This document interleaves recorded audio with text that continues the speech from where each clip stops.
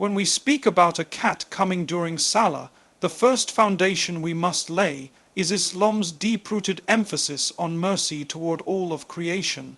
This is not a side theme in our religion, it is central. Allah introduces himself as Ar-Rahman, Ar-Rahim, the entirely merciful, the especially merciful, and he expects that mercy to be reflected in how his servants move through the world. So when something gentle, harmless, and living enters our space during worship, the believer should instinctively think in terms of compassion, not irritation. Psychologically, this is very telling.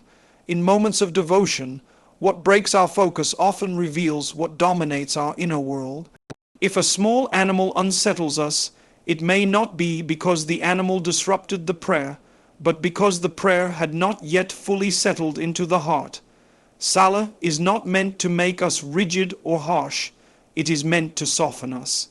That is why the Prophet taught us that a woman entered hell because of cruelty to a cat, while another person was forgiven because of kindness to an animal. These narrations are not about cats alone, they are about the moral state of the human being. Philosophically, mercy in Islam is not conditional on convenience. It is easy to be kind when nothing tests you. The real question is who you are when kindness costs you a moment of comfort, pride, or control. A cat approaching during prayer places you in that exact space. Do you internalize the calm of worship, or do you externalize frustration? Do you respond with patience, or do you react with annoyance? These responses matter because worship is not confined to physical movements, it is a training of the soul. Islam never separated spirituality from character. The Prophet shortened prayers when he heard a child cry, not because prayer was unimportant, but because human concern was.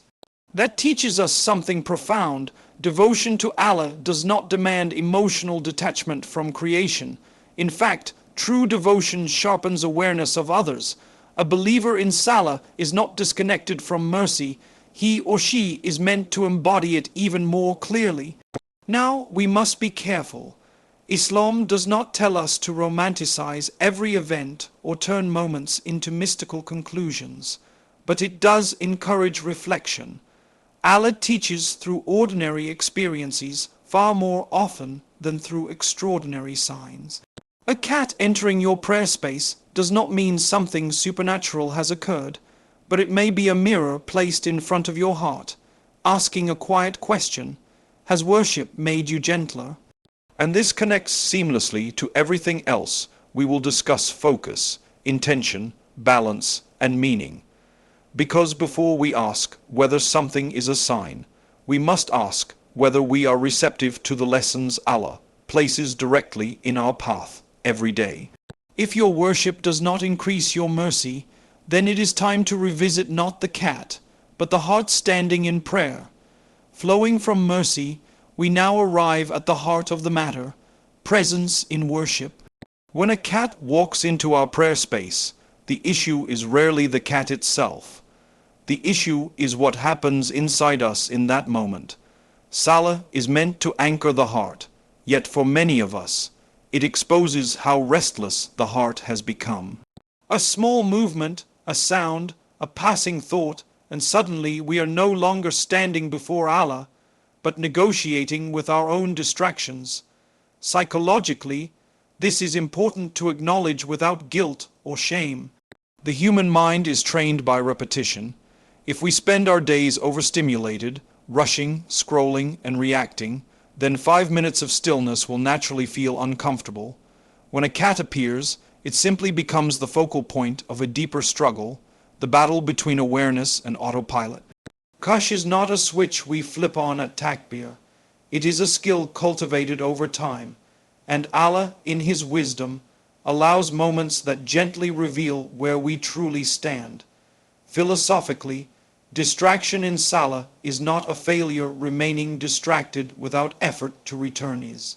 Islam never demanded perfection in focus, but it demanded sincerity in striving. The scholars remind us that every time your mind wanders and you bring it back, that return itself is an act of worship. So when your eyes register a cat brushing past and your heart pulls away, the real moment of growth is not avoiding distraction, but consciously recentering yourself before Allah. The danger lies in mislabeling irritation as devotion. Sometimes we convince ourselves that annoyance is proof of seriousness. In reality, true presence is calm, not tense. The Prophet prayed with tranquility even when life unfolded around him. Children climbed on his back, people moved nearby, and he did not allow external motion to fracture internal stillness. That is not weakness, that is mastery of the self. A cat does not invalidate your prayer. Your response to the moment defines the quality of it. Do you let frustration spiral into inner dialogue, or do you acknowledge the distraction and let it pass without attachment? Presence is not the absence of disturbance, it is the ability to remain oriented toward Allah despite it. This distinction changes everything, and this is where reflection replaces superstition. Rather than asking, "What does this cat mean?" the better question is, "What did this moment reveal about my focus?" Because Allah is not testing us with symbols, He is refining us through experiences. When we treat distractions as enemies, we become rigid. When we treat them as teachers, we mature. This naturally prepares us for the deeper balance Islam calls us to between inner discipline and outer gentleness, between awareness and action, between intention and reality. Salah trains the believer not to escape the world, but to stand within it with clarity. So the next time something small pulls at your attention in prayer, don't panic, don't judge yourself, and don't assign meanings prematurely. Simply return, because every return to Allah, no matter how many times it takes, is a victory worth more than a prayer that never tested you at all. As we move deeper into this discussion, we must now place a crucial boundary, one that protects faith from confusion and spirituality from imagination. Islam is a religion of meaning, but it is not a religion of superstition. When something unusual or unexpected happens during Salah, such as a cat appearing, the nafs is quick to ask, "What does this mean?" Yet the Quran and Sunnah consistently redirect that question towards something far more grounded. What does Allah want from me in this moment? Psychologically, the human mind is a meaning-making machine. We are uncomfortable with randomness, so we instinctively assign narratives to events. This tendency becomes even stronger during moments of heightened emotion or spirituality, but Islam disciplines this instinct. Not every event is a sign, and not every sign is meant to be decoded. The believer is taught restraint to avoid jumping to conclusions that Allah Himself did not authorize. This protects the heart from anxiety, arrogance, and false certainty. Theologically, signs from Allah are not vague impressions or personal interpretations. They are anchored in revelation. Allah tells us clearly what constitutes guidance, warning, mercy, and accountability. When people begin attaching hidden meanings to animals, objects, or coincidences without evidence, they drift away from reliance on Allah and toward reliance on feelings. And feelings, as we know, fluctuate. Today they inspire, tomorrow they mislead. This is why the scholars were firm about avoiding omens and superstitions. The Prophet rejected the idea that events carry inherent good or bad fortune. He redirected people to trust Allah alone, not circumstances. A cat entering a prayer space does not carry divine approval or disapproval. What carries weight is how you respond ethically, emotionally, and spiritually, not the event itself. There is also a subtle spiritual danger here. When a person believes they are receiving special signs, the ego can quietly inflate. One begins to feel uniquely chosen or warned, while others are simply living ordinary lives. Islam cuts this off at the root. Allah's guidance is public, not secretive. The Quran was revealed for everyone, not personalized through symbols that only one individual can interpret. This keeps faith humble and unified. At the same time, Islam does not strip life of reflection. It teaches us to observe without mythologizing. You can reflect on your state of mind, your reactions, your level of patience without declaring, Allah sent this as a message. There is a difference between introspection and interpretation. One leads to growth, the other can lead to delusion. This balance is what makes Islamic spirituality psychologically healthy. It grounds the believer in responsibility rather than speculation. Instead of asking whether Allah is speaking through an event, you ask whether you are living according to what Allah has already said. That shift keeps faith stable, mature, and sincere. So let this be our principle. Not every moment needs a meaning assigned, but every moment deserves character. When you stand in prayer, anchor yourself in what is certain, not what is assumed, because Allah's guidance is clear, and clarity is the greatest mercy of all. Once we clear away superstition and anchor ourselves in sound guidance, something beautiful becomes visible. Allah often teaches His servants through the most ordinary moments of life, not through dramatic signs or overwhelming events, but through small, quiet experiences that pass many people by unnoticed. A cat wandering into your space during Salah is not extraordinary, and that is precisely the point. Allah does not need spectacle to educate the heart. From a psychological perspective, humans are wired to overlook the familiar. We chase novelty, intensity, and drama, assuming that growth must arrive in grand forms. Yet real transformation rarely works that way. It happens in repetition, in subtle friction, in moments that ask very little of us externally, but demand much internally. An ordinary interruption invites an extraordinary response: patience instead of irritation, awareness instead of reaction. Philosophically, this is how Allah cultivates humility. If guidance only arrived through miracles, faith would become conditional on amazement. Instead, Allah trains the believer to recognize meaning in restraint, to develop depth without needing validation. The Quran repeatedly draws our attention to what surrounds us: everyday animals, routines, natural cycles, not to mystify them, but to awaken us. Ordinary life becomes a classroom for those who are paying attention. This approach also protects us from spiritual arrogance. When we assume that only unusual experiences carry value, we begin to feel entitled to constant stimulation. But when we learn from the everyday, we realize that Allah's generosity is uninterrupted. Every breath, every movement, every moment of restraint is already a lesson if the heart is awake enough to receive it. Consider how often the Prophet used simple moments to teach profound truths. He spoke about intentions during routine actions, reward in everyday kindness, and accountability in private behavior. Islam does not demand a monk's isolation to grow spiritually. It demands consciousness within normal life. Salah itself is placed throughout the day not to remove us from reality, but to realign us within it. When something ordinary occurs during prayer, it quietly asks a question: are you present enough to learn without drama? Can your heart respond with balance instead of resistance? These moments refine emotional intelligence.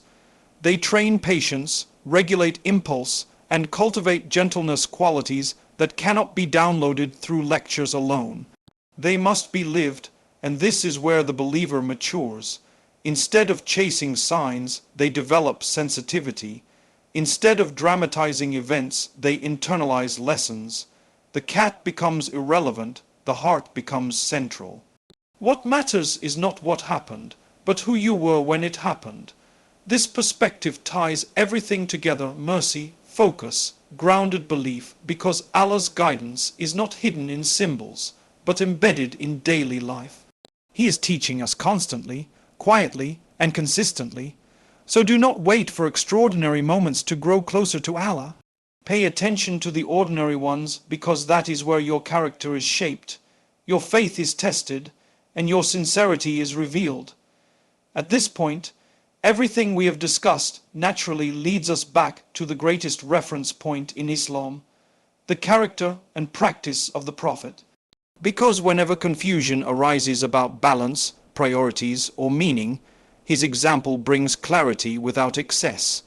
And one of the most powerful lessons we learn from his life is that devotion to Allah never came at the expense of gentleness toward creation. The Prophet did not compartmentalize worship and character. For him, they were inseparable. His Salah was the most sincere, his remembrance the most constant, yet his awareness of others never disappeared in the name of devotion. This tells us something psychologically profound. True spiritual grounding does not narrow your awareness, it expands it. When a person is centered, they become more considerate, not less. We see this clearly in how the Prophet responded to interruptions. He shortened prayer when he heard a child cry, not because the prayer lost value, but because mercy gained priority. He allowed a cat to drink from his water, and then used that same water for wudu, demonstrating that purity in Islam is not fragile or paranoid. These were not symbolic gestures, they were practical demonstrations of balance. He showed us that worship is meant to refine behavior, not suspend it. Philosophically, this corrects a dangerous misconception that seriousness in religion requires hardness. In reality, hardness often signals insecurity. The one who is confident in their connection with Allah does not feel threatened by minor disturbances. They do not need control to feel sincere. They understand that Allah is not impressed by tension, but by humility and composure. When we react harshly to small disruptions during worship, it is worth asking whether the reaction comes from reverence or from ego. The Prophet was the most reverent of people, yet the least reactive. That contrast should give us pause, because if our understanding of devotion produces irritability, rigidity, or impatience, then something in that understanding needs recalibration. This is especially important today when many people equate outward strictness with inner strength. The prophetic model dismantles that assumption. Strength in Islam is self-regulation. It is emotional restraint. It is responding rather than reacting. A calm heart in prayer is not distracted by what is harmless. It is anchored by what matters. And this brings us back to the scenario itself. A cat entering your prayer space does not test your fiqh as much as it tests your character. The question is not whether the prayer remains valid, it does. The question is whether your conduct reflects prophetic balance. Are you gentle without being careless, focused without being rigid, reverent without being harsh? This is how the Prophet trained a generation, not through abstraction, but through lived example. He showed them how to carry Allah's remembrance into real, imperfect, moving life. So let his model be your compass. Worship deeply, stand firmly, but let mercy remain visible in your behavior, because the truest sign of following the Prophet is not how still you stand in prayer, but how softly your heart stands before Allah's creation. As we bring all of this together, final adjustment Islam asks of us is subtle but transformative. To stop rushing toward conclusions and instead cultivate gratitude and reflection. When something unexpected happens during Salah, the instinct to label it a sign, a message, a warning is understandable. But Islam consistently redirects us away from symbolic certainty and toward conscious response. Not everything needs to mean something extraordinary in order to do something meaningful to us. Psychologically, the desire for conclusions gives the ego comfort. It wants closure, certainty, and control. Reflection, on the other hand, keeps the heart open. It accepts that growth often comes without clear labels. Gratitude shifts the focus from interpretation to appreciation. Instead of asking, "Why did this happen to me?" the believer asks, "How can I respond better because this happened?" That shift alone changes the spiritual trajectory of a person. Islam trains us to live in that space. The Quran repeatedly calls us to be grateful, not speculative. Gratitude grounds the believer in reality. It keeps the heart anchored to Allah rather than floating between assumptions. When a moment arises during worship, pleasant or inconvenient, gratitude reminds us that standing before Allah at all is already an honor beyond calculation. Everything else is secondary. Philosophically, this protects faith from becoming performative or mystical in unhealthy ways. A religion built on constant interpretation becomes exhausting and unstable. Islam offers something far more sustainable: clarity in belief, consistency in practice, and openness in reflection. You do not need to extract hidden meanings from events to grow. You need honesty with yourself and responsiveness to what Allah has already made clear. This is where action quietly replaces analysis. Instead of walking away saying, "That must have been a sign," you walk away asking, "Did I pray with humility? Did I respond with mercy? Did I return my focus sincerely?" These questions refine character. They build spiritual maturity. They turn ordinary moments into internal recalibration rather than external storytelling. Gratitude also dissolves entitlement. When we stop demanding explanations from life, we begin appreciating opportunities for growth. A calm heart understands that Allah is not obligated to explain himself to us, but he has already guided us sufficiently. Our responsibility is not to decode events, but to align behavior. This is how the believer becomes steady, not shaken by small disruptions, not inflated by imagined significance. Just present, grounded and sincere. Worship stops being a performance and becomes a posture, a way of standing before Allah that extends beyond the prayer mat. And so, if a cat comes during your Salah, let it pass without drama and leave you better than it found you. Let it soften your response, sharpen your awareness, and deepen your gratitude for the one you were standing before. Because the most powerful transformation does not come from interpreting signs, it comes from becoming the kind of servant who responds to every moment with humility, clarity, and a heart that is truly awake.